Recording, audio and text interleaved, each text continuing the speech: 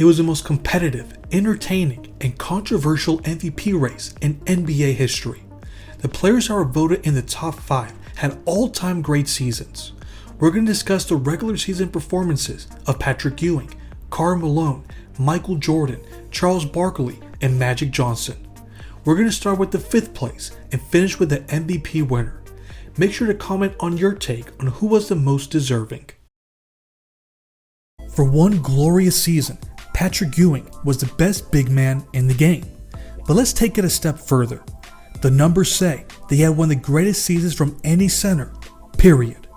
This occurred in the 1989-90 season. He was reaching numbers that the league hadn't seen since Kareem Abdul-Jabbar was in his prime. There's one thing that the New York Knicks did that fully unleashed this beast. In the previous year, they were coached by Rick Pitino. He was the orchestrator of their high-power offense that demanded unprecedented three-point shooting. They averaged a mind-blowing 14 three-point attempts, which nearly broke the space-time continuum at the time. But after losing to the Chicago Bulls in the semifinals, he left the team in order to coach for the University of Kentucky. But under their new coach, Stu Jackson, the offense was revamped, and Ewing was the focal point. The scoring for the rest of his teammates went down, while Patrick's scoring average increased by nearly 6 points per game. This is what he averaged for the season: 28.6 points on 55% shooting, 10.9 rebounds, and 4 blocks per game. He posted historic numbers. He is only one of 3 players in league history to average at least 25 points, 10 rebounds, and 4 blocks for a season. Kareem and Hakeem were the only other players to reach those numbers. He was now the most dominant force in basketball and one of the front runners to win the MVP. For example, this is what Magic Johnson said to reporters during the All-Star break about Ewing's chances of winning the award. If he doesn't win it, he'll be right there. And if he continues putting up the numbers he's putting up, it's going to be hard for any of us to beat him out. He has taken his game to another level, a level I've never seen him play before. He's dominating offensively and defensively, but he's also making the right plays at the right time. He's leading his team as opposed to before when it seemed he let somebody else lead. That's the real mark of an MVP. That's right, Patrick Ewing was one of the favorites to win this award. Let's not forget that Magic, Barkley, and Jordan were all having MVP caliber seasons as well. Magic said it himself that he was playing at their level. This was something that surprised a lot of basketball fans. Although he was always a fantastic defender, he made so much progress in his offensive game since being drafted in 1985. He now had the total package. This was a testament to how hard he worked on his game. Stu Jackson mentioned that he was almost fanatical about weightlifting. Ewing's upper body was noticeably bigger from the previous year, and as Michael Thompson of the Lakers said, you can't push him out of the post as easily as you could before, and he's more experienced in how to get position and hold it. One guy just can't play him anymore. But that wasn't the only thing that allowed him to increase his scoring average. He became a much more skilled scorer. He expanded his low post moves. He could score on either hand. His mid-range game was more polished, and his athleticism allowed him to finish over the top of any player. Before his long battle with knee injuries, he was unstoppable on offense. There were so many times when he showcased the improvements that he made in his game. The most notable example came against the Boston Celtics. Against one of the stronger teams of the league, he proceeded to do this. Making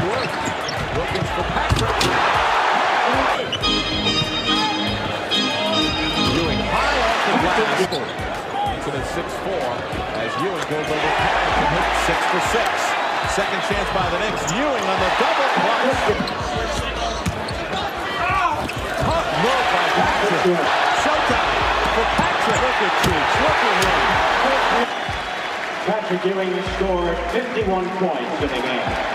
When it was all said and done, he scored his career high of 51 points on 69% shooting, along with 18 rebounds. This was only one of the many examples where he showcased his dominance. There were 10 other games where he scored over 40 points, which included 2 games where he posted over 40 points and 20 rebounds. That includes his monster performance against the Los Angeles Clippers.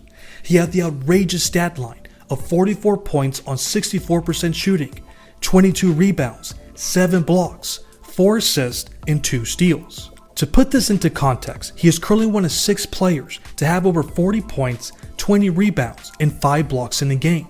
Since the merger, only he, Shaq, and Bob Lanier have accomplished that. There were also 2 games where he had 9 blocks. This was easily his greatest season, and the numbers back that up. He posted the highest points, blocks, win shares, offensive win shares, value over replacement player rating, box plus minus, offensive box plus minus, offensive rating, and PER of his career. For the year, he finished 2nd in blocks, 3rd in points, and 5th in rebounds. He didn't just have the numbers, he also had the team success. At the All-Star break, they had the 2nd best record in the East. All the MVP talk was absolutely warranted. But then, everything seemed to crumble apart. There was a 10-game stretch during the month of March where they went 1-9. Everyone figured out how to beat them, including the bottom feeders. The game plan was simple: surround Ewing with 2 and 3 players and dare the others to beat them from the outside. The pressure was on the others to produce, and they bombed every single time. But that doesn't take away from what he accomplished. This season is a reminder of how great Patrick Ewing was in his prime. At his peak, he was the best center in the game. If we're just talking the regular season, this has a strong argument for being the greatest regular season by any player in franchise history. This was the beginning of the incredibly underrated and successful 90s era of the Utah Jazz. They gave the NBA a taste of what they would end up doing for the next 10 years. It all started with their best player, Karl Malone. For many basketball fans, they mistakenly believed that his 1997 MVP season was his greatest year. I'm telling you right now, that wasn't the case. This should be considered as the greatest season of his legendary career. Check out his numbers. He averaged 31 points on 56% shooting, 11.1 rebounds, 2.8 assists, and 1.5 steals per game. That's his career high in points and field goal percentage. In fact, this was the only time that he averaged over 30 points per game. The numbers say that what he accomplished was historic. He currently has the 6th most efficient season from any player, averaging over 30 points per game. Those are the only players to average over 55% from the field while scoring over 30 points per game. On top of that, he also averaged over 11 rebounds per game. He's in this elite club of big men to average over 30 points and 11 rebounds for a season. When it comes to the greatest scorers and rebounders, the mailman deserves to be up there with the best of the best. It's easy to explain why he was able to score with such high efficiency. There was no player his size that ran the floor as hard, as fast, and as consistently as Malone did. When they decided to slow it down, he could bully anyone on the post for a high percentage shot. And if you pushed him outside, he was more than capable of hitting a mid-range jumper. He's 3rd all-time in career points for a reason. He had the total package. The greatest example that illustrates how great of a scorer he was came against the Milwaukee Bucks, where he made even more history. 8 seconds on the shot, low to Malone, go to the hoop, slam dunk, the mailman. The Jazz are on the run, Malone on the left, they go to the mailman, drive, hang it up, score it, great shot by the mailman. Malone, Stockton gets it low to Karl, cross the alley, left to right, they double him, he throws it up and in. He's grabbed by Sigma, his pass, stolen by Malone, into the paint, hook it up and in, it counts and he's fouled. I mean, the mailman is tearing him up. Knocked away, stolen by the mailman, here he comes, the mailman on the breakaway, 56 for Karl Malone. Incredible performance. He had the ridiculous stat line of 61 points on 81% shooting, 18 rebounds, 3 steals, and 2 assists. He did all of that in just 33 minutes of play. This is only the 2nd time that a player scored over 60 points and shot over 80% from the field. Wilt Chamberlain was the other player to accomplish that. This wasn't just a random game where Malone decided to prey on a weak opponent. The Bucks were a playoff team, but they were at the wrong place at the wrong time. It was announced earlier that AC Green was voted over Malone to start the All-Star game. He was so mad that he threatened to boycott the game. He backed away from that threat and he took his anger out on the Bucks. After the game, Milwaukee's coach Dale Harris said this: "I knew Karl wanted to make a statement. I just didn't know he was going to write a whole book. End of quote. An interesting factoid about that game is that he finished with a game score of 60.2. That is only the 6th time that anyone has recorded a game score of 60 or higher. But that wasn't the only time that he torched his opponent. There's also the game against the Charlotte Hornets when he had 52 points on 79% shooting, 17 rebounds, 3 assists, and 2 steals. After the game, Hornets guard Del Curry said, "Karl Malone makes a lot of things look easy. You can't stop him, even when you double team him. He's too strong." End of quote. There were 9 other games where he scored at least 40 points, and he shot over 60% from the field in 7 of those instances. As great as he was individually, there is someone that deserves a lot of credit for the type of season he had. That's his partner in crime, John Stockton. From a statistical standpoint, he had the greatest passing season in league history. He averaged 14.5 assists per game, which is the all-time record. He also averaged 17.2 points on 51% shooting, which is his career high, and 2.7 steals per game. Karl had the luxury of playing with arguably the greatest facilitator we've ever seen at his peak. To give you an idea of how great he was that year, there were 10 total games where he dished out over 20 assists. He's the only player to do it that many times. Amazingly, he only finished 9th in MVP voting. I'm telling you, this MVP race was full of historically great seasons. There's no question that this is when the Stockton and Malone duo was at their apex. It's no wonder that the Jazz averaged 50.5% from the field for the season. They were first in the league. They also had a 55-27 record, which was the 4th best in the West. Karl Malone was already getting a lot of respect from around the league, but this is when he firmly established himself as a top 5 player. The numbers that he posted are clearly MVP caliber. But as it happened so many times in his career, there was someone that was simply better. The 80s were over. Michael Jordan established himself as the best individual talent the league had ever seen. Now it was time to start winning. He proved how serious he was about this after he carried his team to the conference finals by giving us one iconic moment after another. The rest of the team needed to come on board. This was going to be accomplished by the front office making one important move. They named Phil Jackson as their head coach. He was going to make his mark by creating a strong sense of community and unity. He also enforced an offensive system that looked to get everyone else involved. Jordan was longing for a more multi-dimensional version of the Bulls, and Phil was the last missing piece that would drive this team to become the greatest modern-day dynasty in the NBA. It would be far-fetched to claim that the triangle offense alone was the answer, but it did create a lot of problems for the opposing teams. They couldn't effectively cover Jordan now that he's moving more without the ball. The triangle offense eliminated the double and triple teams that the defense would often use, which opened up many scoring opportunities for everyone else. This would fast-track the progress of third-year players Scottie Pippen and Horace Grant. Phil Jackson mentioned in his book, 11 Rings, that Jordan did not have complete faith in his teammates' abilities. There was a learning curve at first, as he started the season going 2-4. But as the year progressed, they began to look more and more like the team that would end up dominating the 90s. This team's 8-game improvement had a lot to do with the supporting cast, but they still had a little more to go. The numbers say that they were still very much dependent on Michael Jordan.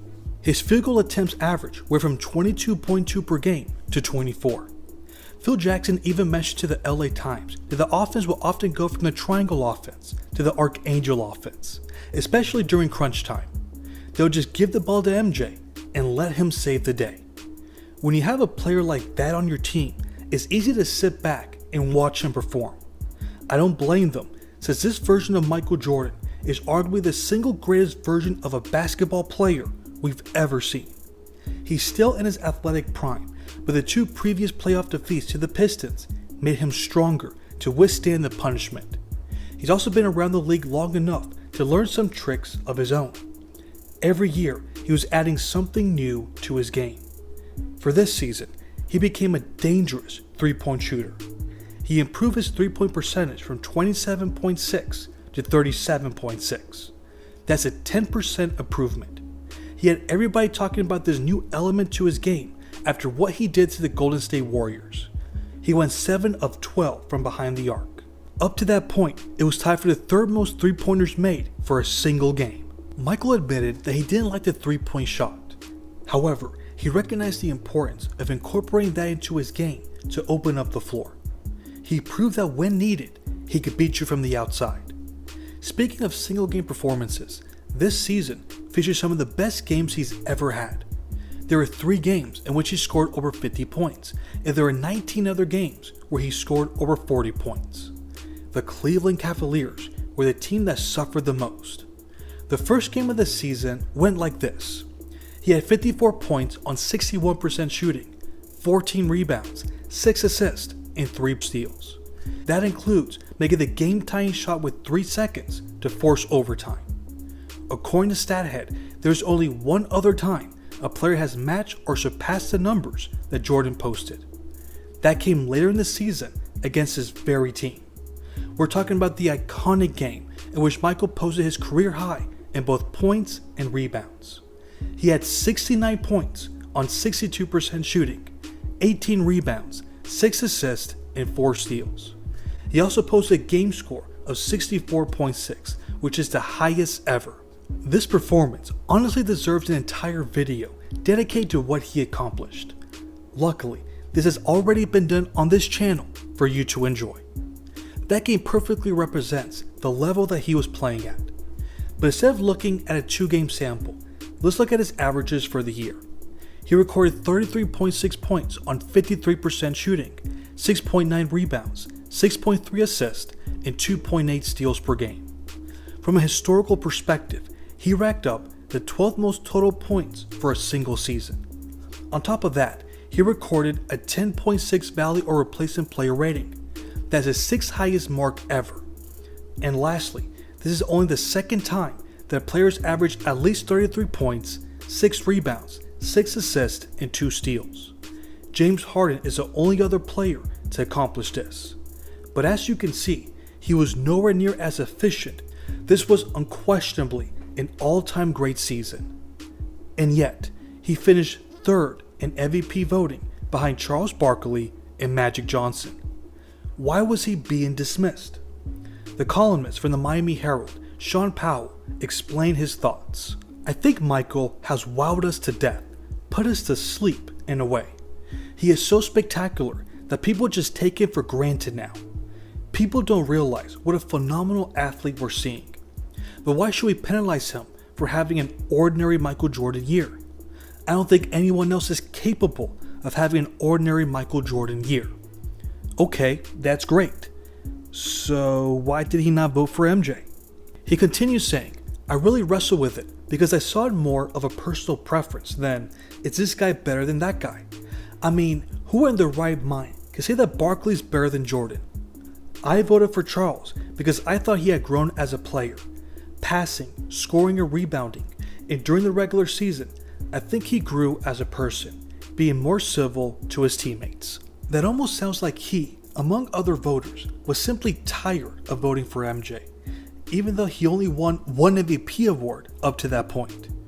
They couldn't really use the excuse that he didn't know how to win yet, since the Bulls won the most games since Jordan came to the league. They had the 2nd best record in the East. Let's not forget that Scottie Pippen was still coming into his own. This was his first year as a full-time starter.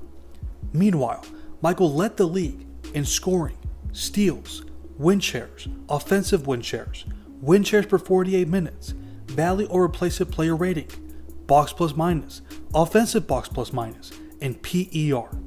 That's a total of 9 different categories. The numbers in the eye test confirmed that he was the best player in the world. He even had the team's success on his side. There really is no logical reason to give the award to anyone else, but the narrative surrounding him at the time fooled many of the voters. But let's get one thing straight. For his 1989-90 season is one of the top candidates for the greatest season by a non-MVP winner. This legendary MVP race is famous for one reason: its controversial ending. Charles Barkley had 38 first-place votes, while Magic Johnson had 27. Magic, however, had 636 total points to 614 for Barkley. That's why he was snubbed from winning the MVP. All these years later, and he is super okay with how everything ended. I get robbed, and I mean no disrespect, because I love Magic Johnson, I respect Magic Johnson, but I got robbed out of the MVP. But you've let it go. I haven't let it go. I don't blame him for feeling that way. How could someone not finish in first place in any contest when they got the most first place votes? Although he missed out on such an important accolade, it doesn't take away from the type of season that he had. He led the Sixers to the third best record in the East, and they increased their win total by 7 games. Some of their offseason moves played a factor in their improved quality of play.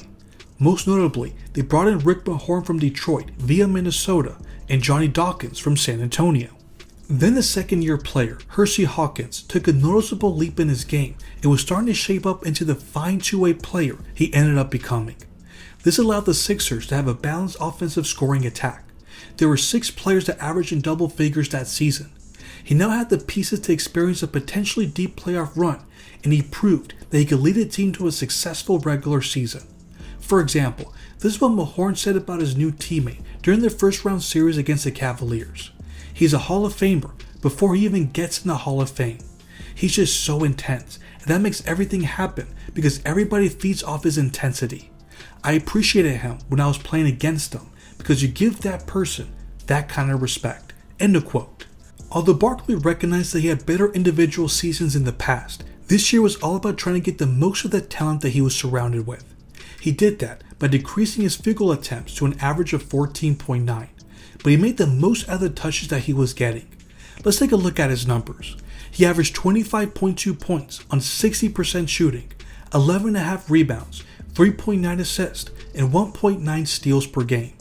He's currently one of 4 players to average over 25 points while shooting over 60% from the field.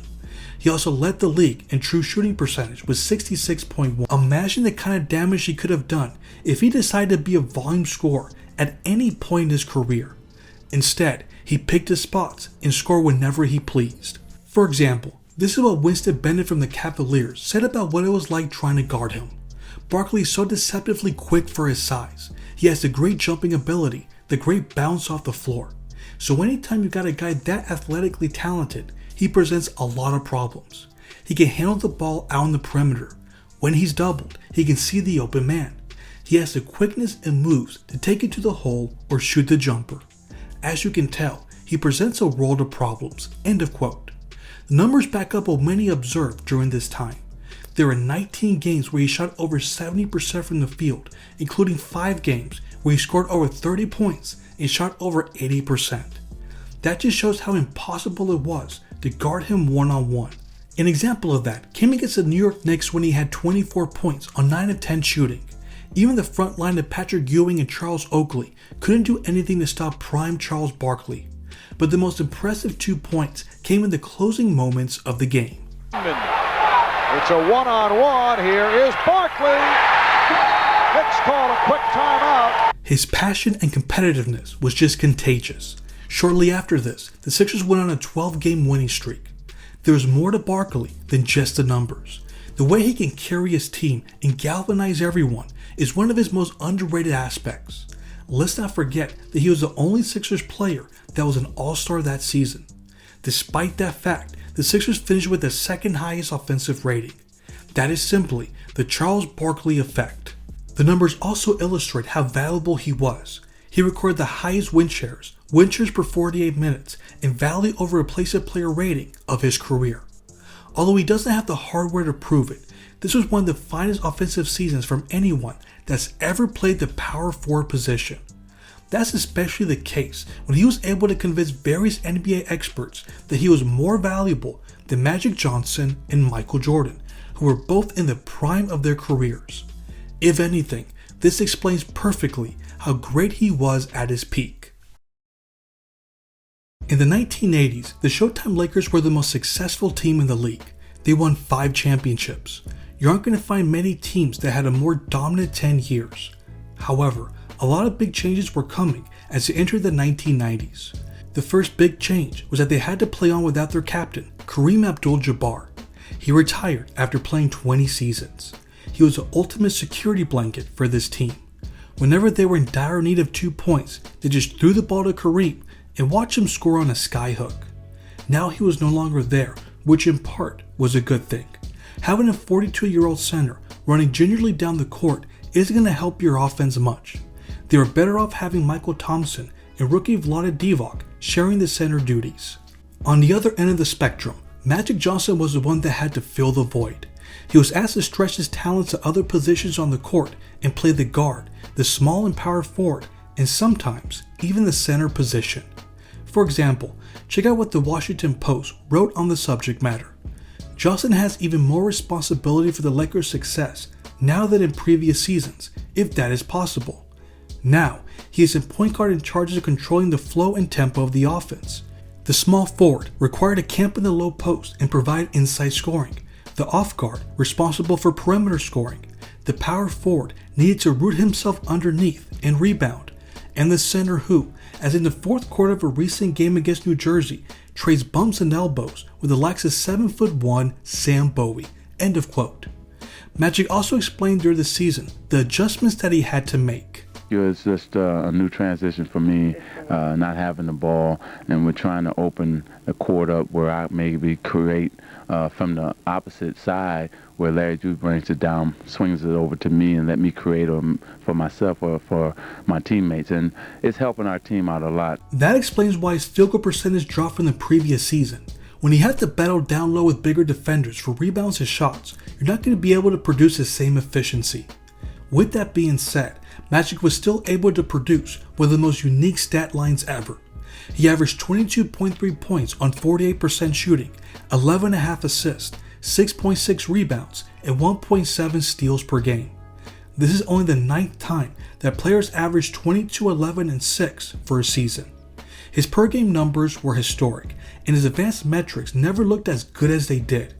He was able to record the highest win shares, offensive win shares per 48 minutes, value over replacement player rating, offensive rating, box plus minus, and offensive box plus minus of his career.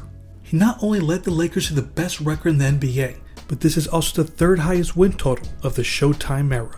As it turns out, the Lakers didn't need Kareem to dominate. This also proves that Magic was anything but one-dimensional. He was all over the floor, playing whatever position the situation dictated. It was as Pat Riley mentioned to the LA Times that season, he could turn out to be the most versatile player in the history of the game. End of quote. There are plenty of games where he showcases legendary versatility. The most notable example came against the Denver Nuggets. He is up on his feet. Now Scott lobs the ball front court to Magic. Bounce the baseline to Worthy. Ahead of a time. Magic with the ball in the attacking zone. Bounce underneath. What a pass! Is 11th of the game Green. Magic bounce under to Coop. To Magic. Magic in the front court. Magic bounce down the middle of Worthy. What a pass. Magic out of the back court. Magic down the middle. Feeds to Divac. Score! He ended the game with 24 points on 46% shooting, 24 assists, 8 rebounds, and 6 steals. This is only the 6th time that a player has posted over 20 points, 20 assists, and 5 steals in a game. There was an additional game where he posted 24 points and 24 assists, which came against the Phoenix Suns. He was still the same old Magic, and this team benefited tremendously. They finished with the highest offensive rating in the league. But the greatest example of the Magic Johnson effect came when AC Green was named an All-Star. He was a fine role player and an important piece of their success. However, this was an honor that he would have never achieved if it wasn't for Magic. He had that kind of impact on his teammates. This was the reason why he was voted the most valuable player in one of the closest and most controversial MVP races ever. Although I believe that Michael Jordan was better that season, we can't deny how impressive it was that the Lakers were as good as ever before. That's considering that they didn't have the same level of talent as in previous years. As far as the degree of difficulty, MJ and Charles weren't asked to play all 5 positions throughout the course of the season. Although Magic's role changed, his effectiveness never wavered. In fact, he took his game to greater heights. No matter what side of the debate we're on, we can all agree that Magic winning the MVP was well deserved. But what about you all? Who do you think was the most deserving for the MVP? Let me know in the comments. Thanks for watching.